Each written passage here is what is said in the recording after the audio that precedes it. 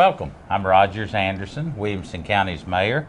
And on our special edition, as we go around the county, we have one of those familiar faces here in Williamson County with us today in the studio, Mr. Ed Moody. Welcome, and thank you for being with us today. Thank you for inviting me. I'm amazed that you have somebody like me on here.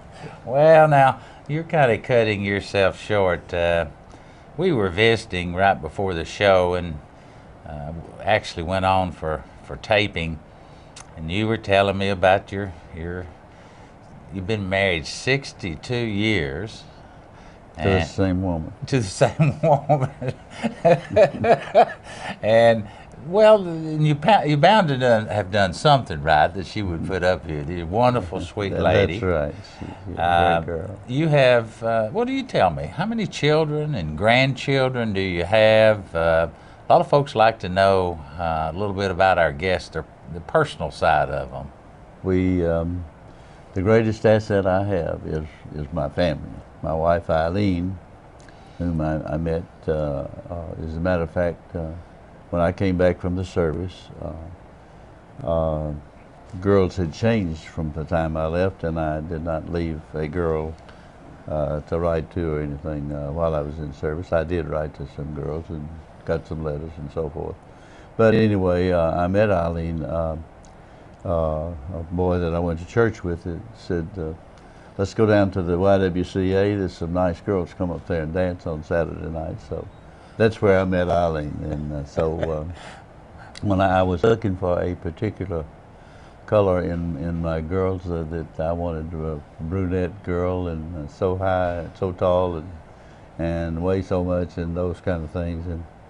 And I saw her dancing with a guy, and so I thought, well, that's the girl I'm looking for. So before I left that night, why, I carried her home. So it went from there. And you've had two girls? We have two daughters, Rebecca and Patricia, who are both married, and each one of the girls has a boy and a girl, and of course they are all married now, and they are all married.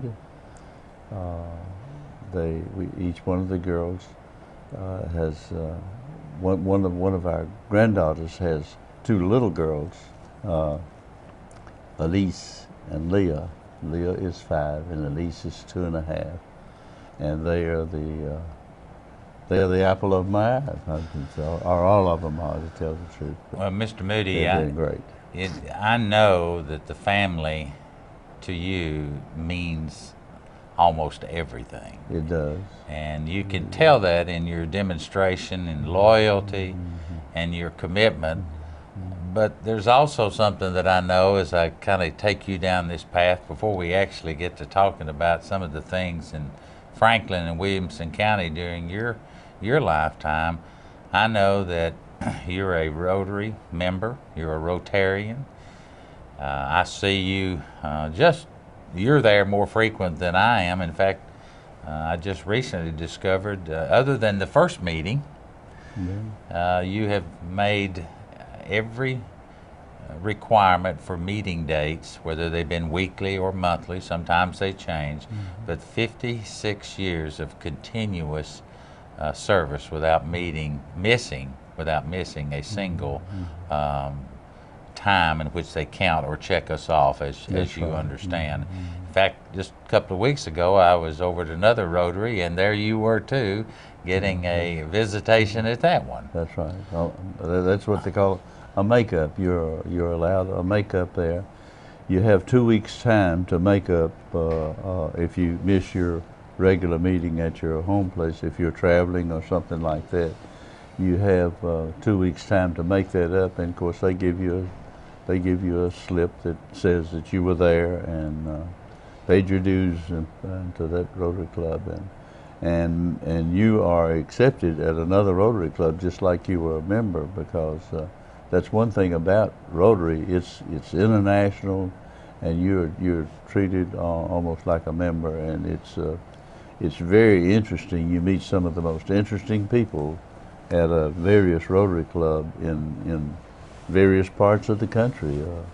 I have been very fortunate to have made up in several foreign countries, and some of the most interesting meetings I ever attended have probably been in foreign countries. One was in Munich, Germany. One was made up in Madrid, Spain, and in Portugal, and so.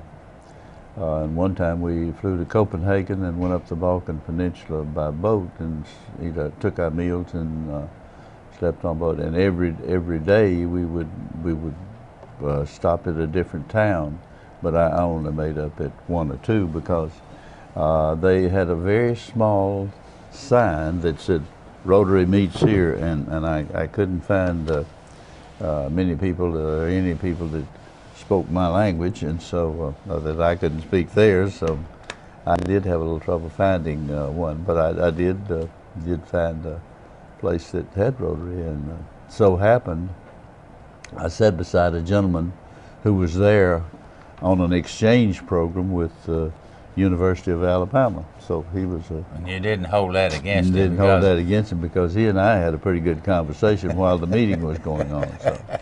Well, one of the things the Rotary has brought to Franklin, Williamson County, now there are several other Rotary groups that meet.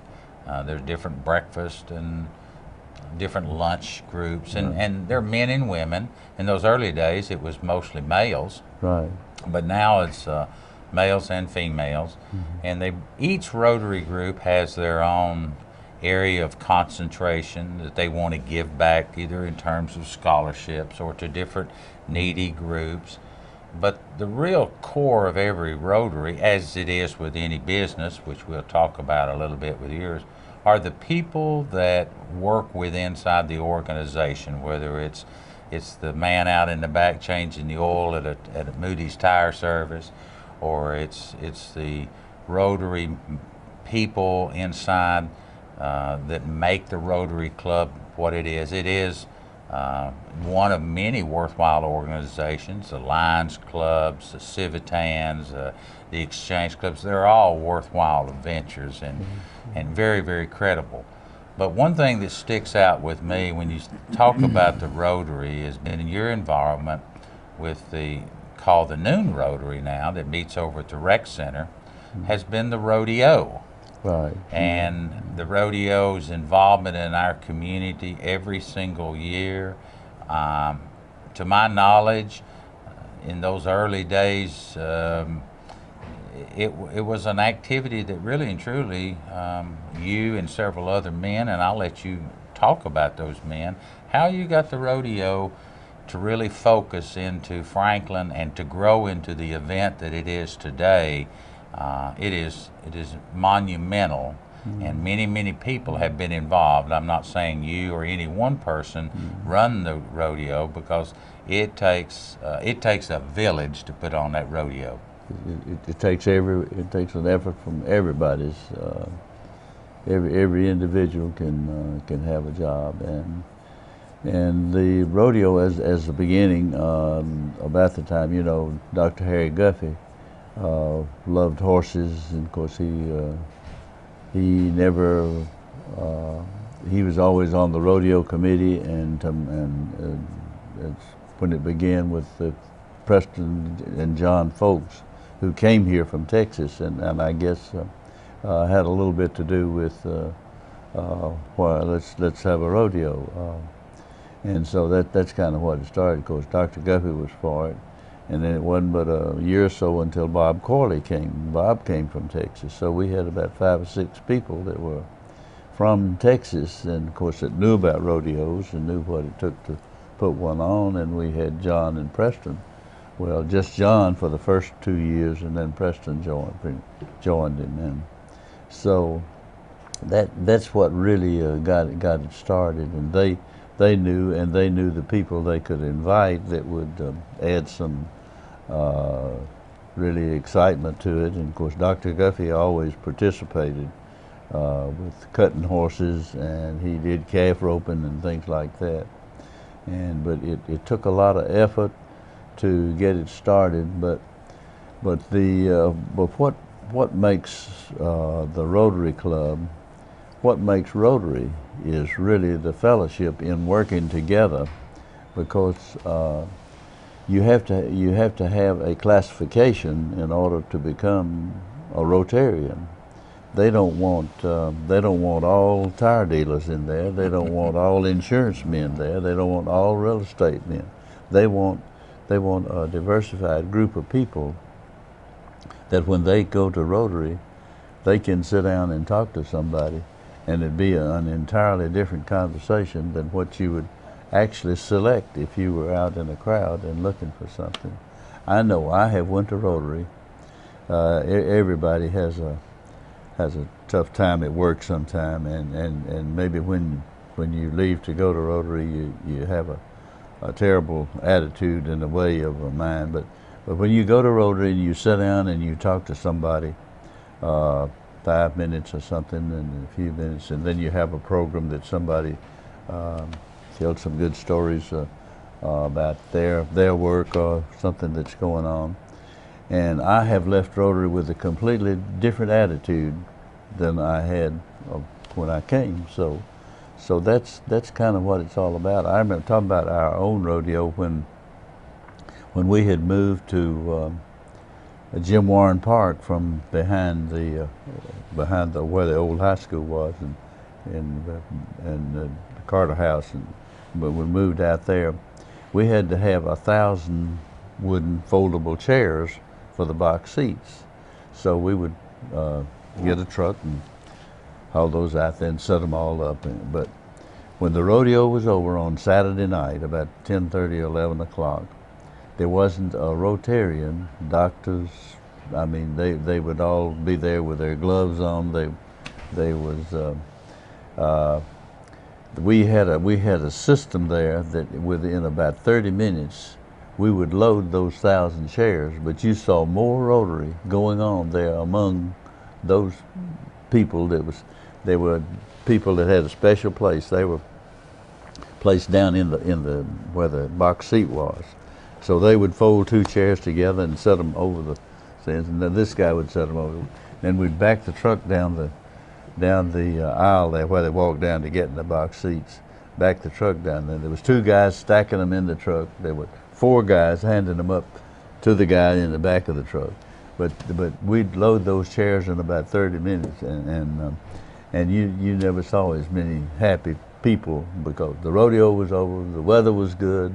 It was a success, and that's what you were looking for. Well, the Rotary, and we'll move on, the Rotary has been an important part of your life, and it just shows that web of commitment, and to you, it's part of your family. I know you That's and right. Mrs. Moody, when you'd go out of town, you'd have the opportunity to travel with the company of Moody's Tire, and there were many good, loyal people, and Goodyear would provide you incentives. You'd go out of town, but you'd look for a place to go and participate and put a little bit back in, not only in that community, but you have put so much back into our community, which kind of leads me, before we run out of time, I'd like to pick your brain a little bit about Franklin and those early days.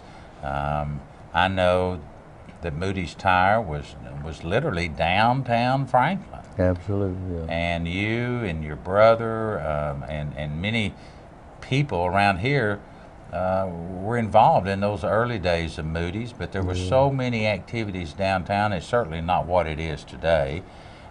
Some of the things back in those days were tough times. We were talking about one of the guests we had recently here was Miss Virginia Bowman, who I didn't realize until after she had left that her mother and Minnie Pearl, Sarah Cannon, were sisters. And so Miss Bowman's aunt was Minnie Pearl, and of course, which is a name in Middle Tennessee, if you've lived here any time at all, you recognize the name of Minnie Pearl. More women today have probably gotten familiar with the name of Sarah Cannon because of the cancer research is done up in Nashville, than any one area that you could talk about. But if I ask you to go back down to those early days when you were not only selling tires but changing tires down around the square, Tell me a little bit about the times in Franklin in those early days. And I know you served in the military. You came out, and many things that happened during World War II, just as I was when I was in Vietnam. We go on in life. It's not always things you want to talk about or remember, but start me somewhere right after the war. You came back, you settled down, you picked this young lady to be your bride and said, well, this is home. That's right. That's right. I have to give Tom credit for talking about. We had the mumps together when we was in high school. He was already out working for Goodyear, and I was still in school. But he came home and we stayed and just in conversation. Because then the war came along, and of course he had a wife and 2 little children, and was still working for Goodyear. And of course, when the war started, Goodyear closed all their outlying stores, which he was a store manager down in Brewton, Alabama. So they brought him back to Murfreesboro and gave him the store there. Of course, every tires were frozen, everything was just shut down, and so he knew the retreading process because he started with Goodyear at that. And he was a store manager in Shelbyville, Tennessee for some time, and but at the time he had left there. I was in the Philippines, and he wrote me a note, and he says, I have found some used equipment. The man has become disabled and he can't use it, and I'm gonna talk him, see if I can get it. And I have found an empty building in Franklin. I knew where Franklin was because I'd come to Willow Plunge as a kid, wanted to go swimming, and Willow Plunge was the place to go in Franklin. So now I have to interrupt you. Sure. I'm not sure I know where Willow Plunge is at. Willow Plunge. You go out Lewisburg Pike, when you cross the railroad, go to the next double drive there and turn right. I do know and you go just 50 yards there, and you go right down that grassy bank there, and Willow Plunge was at the bottom of that hill, the coldest water in Tennessee. It was because it was fed by a spring.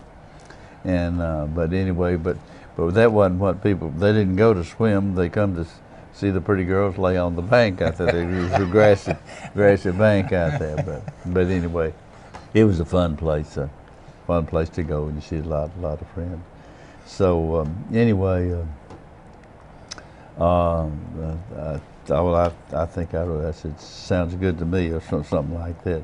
But it wasn't long after that till the Japs gave up, and we went into Japan. And I left there the 13th day of January, 1946, and of course had to come home by boat. I got home on Friday and went to see my grandfather, I think, on Saturday, and to church with Mother on Sunday, and went to work on Monday. And so I had worked at a service station at that night, and so I knew a little something about changing tires. And so anyway, Tom was the best partner anybody could have ever had. So we had a great time together, and we were the building was the 4th door up from what is now Starbucks. Starbucks was at the time was Dr. Jenkins, the pharmacist who it was called a drug company. Ralph Duke worked there and went to school at the same time to get his pharmacy license. When he come back, he worked for Gray Drug Company, which was down in the next block. The next block was, he was 2 doors from the square, and the store on the other side of him was Mr. Joe Trice's hardware store, and across the street on the right was the Williamson County Bank, and then the courthouse. You go on around the square, and years ago was the Model T Ford dealership was that, Model A and Model T and so forth. And then across there, in the war years, Mr. Oscar Godwin owned what was known as the Red Grill then. That was a restaurant, and Rotary, and they all, well, no Rotary then, but whatever meeting anybody wanted to have was upstairs.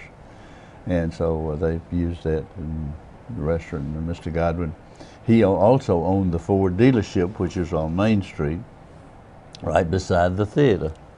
He was on, as if you came out of the theater, as the old Franklin Theater sits now.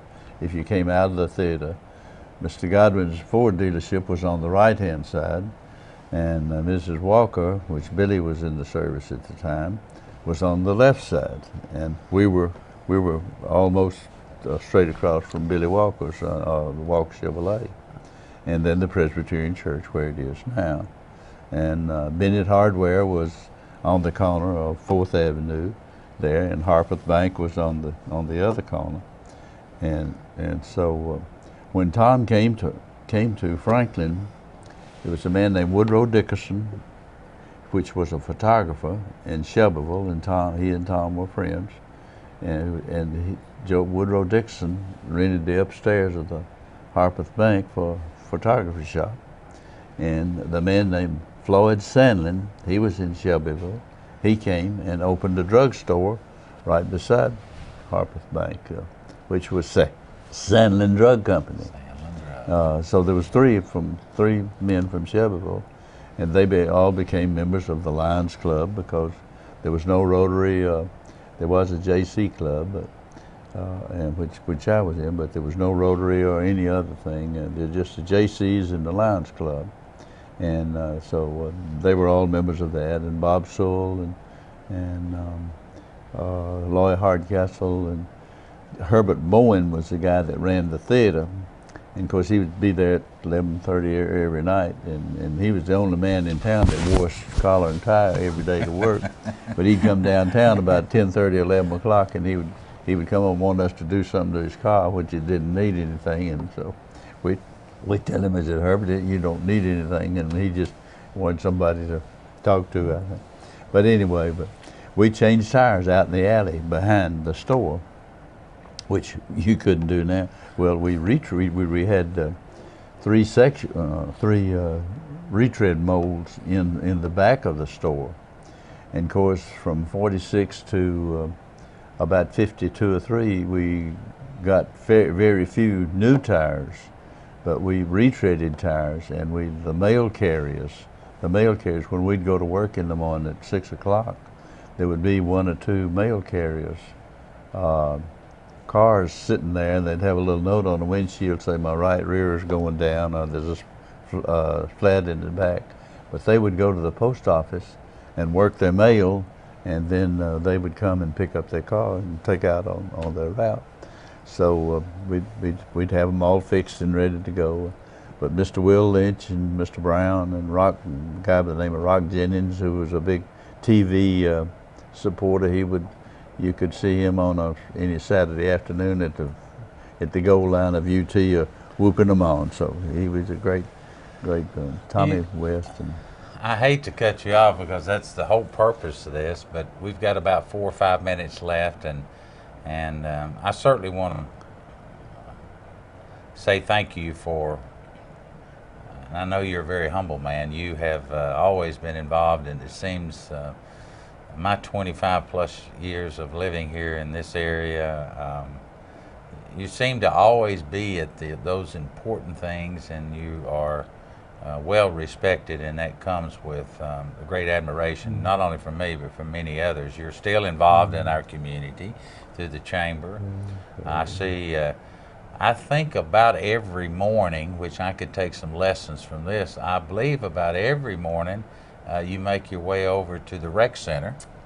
They tell me you're there when the doors open most every morning. That's right. And it is just so encouraging. You are a good example for many of us, and certainly for our children and grandchildren.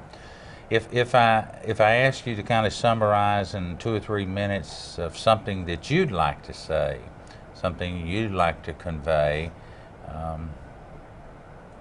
or something that I've overlooked, what would you like to touch upon? I don't know what I catch myself. I can only thank God for letting me live this long. I had no idea I would live this long. I think I have lived in the greatest generation that you can imagine. having been born in 1920. As a matter of fact, in another 25 days, I'll be 88 years old, which Young, is 88 young. young. Okay, good. So I just have to thank the good Lord for that, and for our family, our children. I thank for them. I find myself worrying about these two little great grandchildren, of which I said that there's no use for me to worry about it. I'm not going to be here when they make that decision of what they're going to make as they grow up, because it says, train up a child in the way he should go, and when he is old he will not depart from it. And so they are very active in their church, even as little bitty girls. And the little 5-year-old, they come up home, and when we have a sandwich on Sunday nights, and she'll say the blessing, and it's a great blessing. It's you know, it's good to see that for them at this age, because that's the way their mom and daddy are raising them. And so we have so much to be thankful for, and for just take for Doug Hood, and for what he's done, and I mean the people that he has backing him up. I know Doug can't do it all, but Williamson County has got the greatest county, and people like you, what you have contributed to it, because you was a commissioner long before you were mayor, that made a lot of those decisions of which way do we go, what do we do here, but you've made those decisions that put us where we are now, and that's unbelievable. Well, and in so many things that any of us do,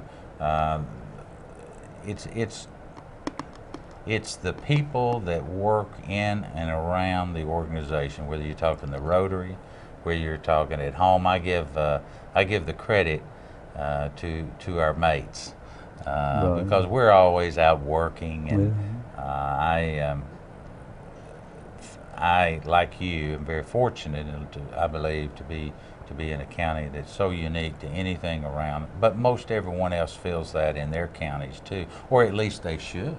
Absolutely, They should. Yeah, And support. but the thing in closing here is, you have given. Let's bring in our much, GMA and we legal encourage analyst, all Dan people. Abrams. And you know, the saying always goes that the grand jury will indict a ham sandwich. Thank you for taking time out to come out today. We do need to go. We can make this show 2 hours, and I would never get tired of hearing your stories. But thank you for doing what you have done in Williamson County, and thank you for your generation. Well, thank you for letting us. We've had a good time. And I'm Rogers Anderson. We have to go now. Have a good day.